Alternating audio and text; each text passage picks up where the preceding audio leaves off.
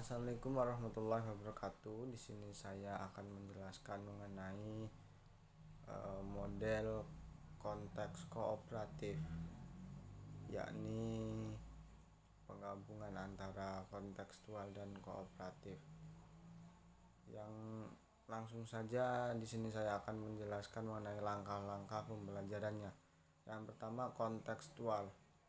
Kontekstual yang pertama itu mengembangkan pemikiran bahwa anak akan belajar lebih bermakna dengan cara mereka belajar sendiri dan mengonstruksi sendiri pemikiran barunya.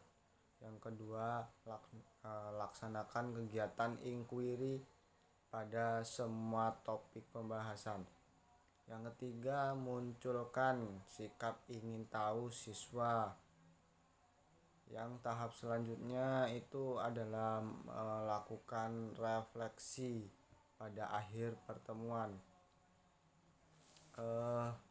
Yang selanjutnya itu ada melakukan penilaian yang sesungguhnya. Jadi yang terakhir ini lakukanlah penilaian yang sesungguhnya. Yang kedua, langkah-langkah pembelajaran kooperatif. Di sini guru menyampaikan tujuan pelajaran yang ingin dicapai dan selanjutnya memotivasinya. Jadi untuk kooperatif itu pertama-tama guru itu melakukan penyampaian tujuan pembelajaran, dan yang kedua terlebih dahulu memotivasi peserta didiknya. Cara yang kedua, guru menyajikan informasi lewat demonstrasi atau bacaan.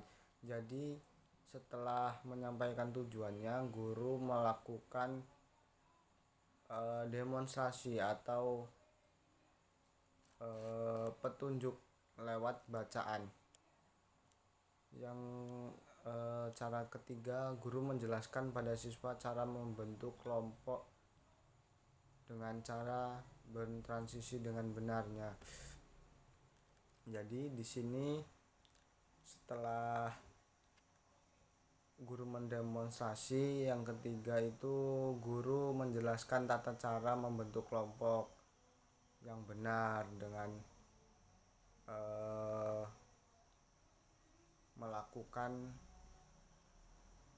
pembentukan kelompok secara acak. Yang selanjutnya ada guru mengevaluasi hasil belajar dari hasil kerjanya. Jadi setelah pembentukan kelompok dan berlangsungnya pembelajaran, guru itu mengevaluasi hasil dari pembelajaran tersebut. Cara yang terakhir itu guru mencari cara untuk menghargai dari hasil belajar individu atau kelompok. Jadi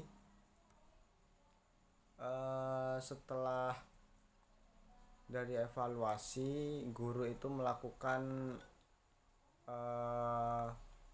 sanjungan atau sebuah bentuk cara untuk menghargai dari hasil kerja yang dilakukan siswa didik secara berkelompok. Yang selanjutnya saya akan membahas mengenai contoh pengaplikasian konteks kooperatif. Di sini saya membuat topik fungsi pasar. Kompetensi dasar, siswa memahami fungsi dan jenis pasar. Indikatornya di sini saya membuat 1. Siswa dapat menjelaskan pengertian pasar. 2. Siswa dapat menjelaskan jenis-jenis pasar. 3. Siswa dapat menjelaskan perbedaan karakteristik dari setiap pasar, jenis-jenis pasar. Yang keempat, siswa dapat menyimpulkan fungsi pasar. Dan kelima, siswa dapat membuat karangan terkait tenaga pasar.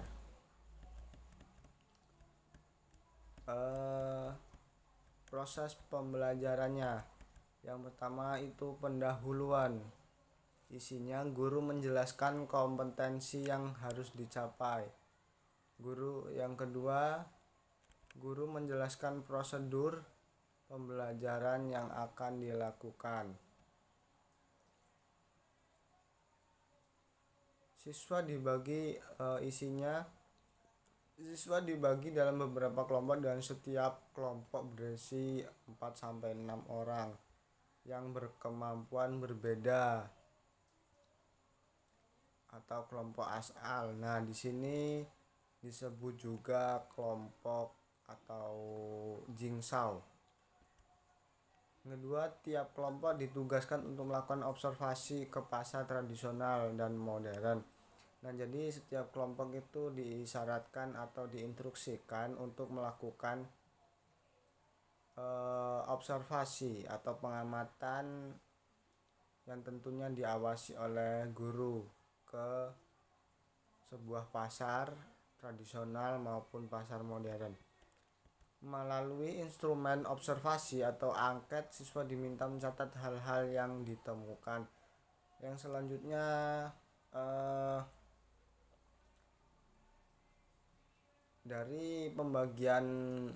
dari hasil observasi tersebut dicatatkanlah kepada informasi tersebut melalui angket dan cara selanjutnya guru melakukan tanya jawab sekitar tugas yang akan dikerjakan. Jadi untuk memancingnya, guru itu melakukan tanya jawab mengenai tugas atau instruksi yang akan diberikan. Yang selanjutnya ada kegiatan inti. Untuk di sini ada kegiatan inti yang sifatnya di lapangan dan di ruangan. Yang pertama, untuk di lapangan, siswa untuk melakukan observasi ke pasar tradisional maupun modern. Yang kedua, setelah di pasar, siswa mencatat hal-hal yang ditemukan sesuai alat observasi dan angket sebelumnya. Yang selanjutnya ada di ruangan.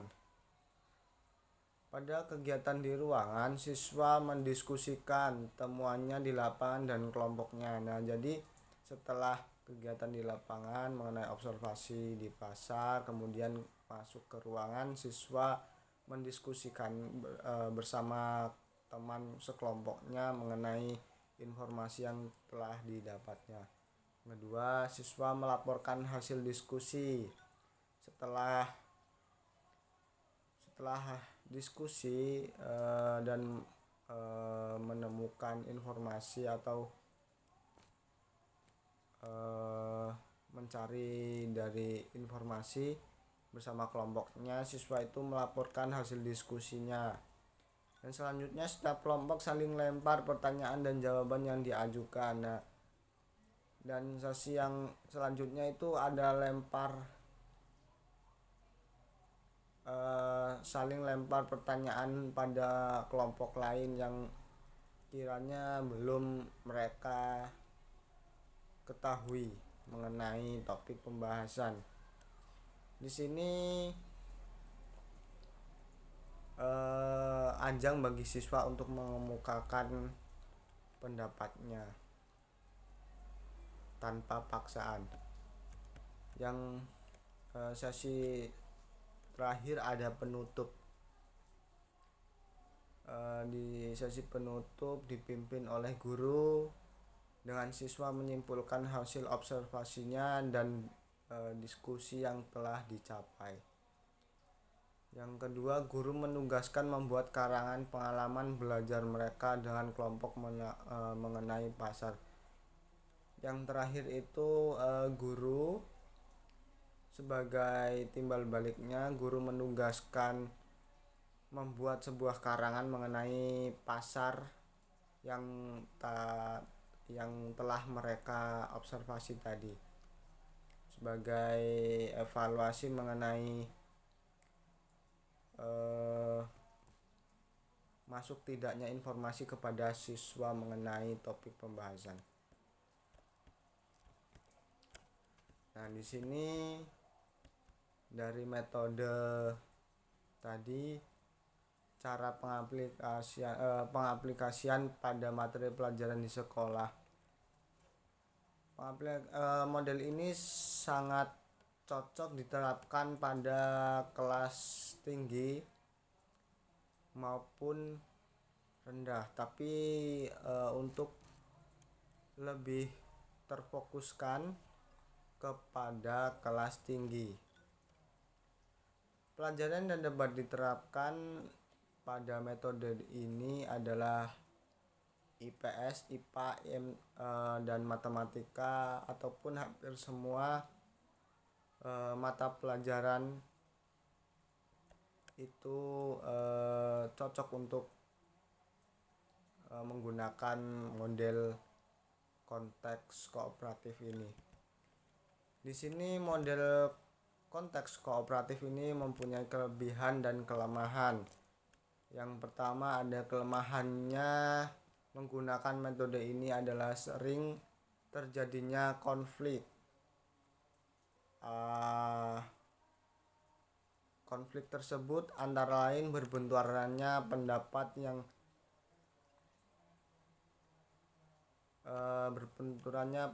antar siswa, dan harus diperlukannya mediator atau guru. Kelebihannya adalah dapat melatih siswa berpikir kritis, melatih jiwa sosial, melatih daya saing, dan dapat melatih siswa mengemukakan pendapatnya melalui tadi di situ ada sesi tanya jawab atau lempar pertanyaan. Jadi sekian yang dapat saya sampaikan mengenai model konteks kooperatif. Semoga dapat membantu. Saya akhiri. Wassalamualaikum warahmatullahi wabarakatuh.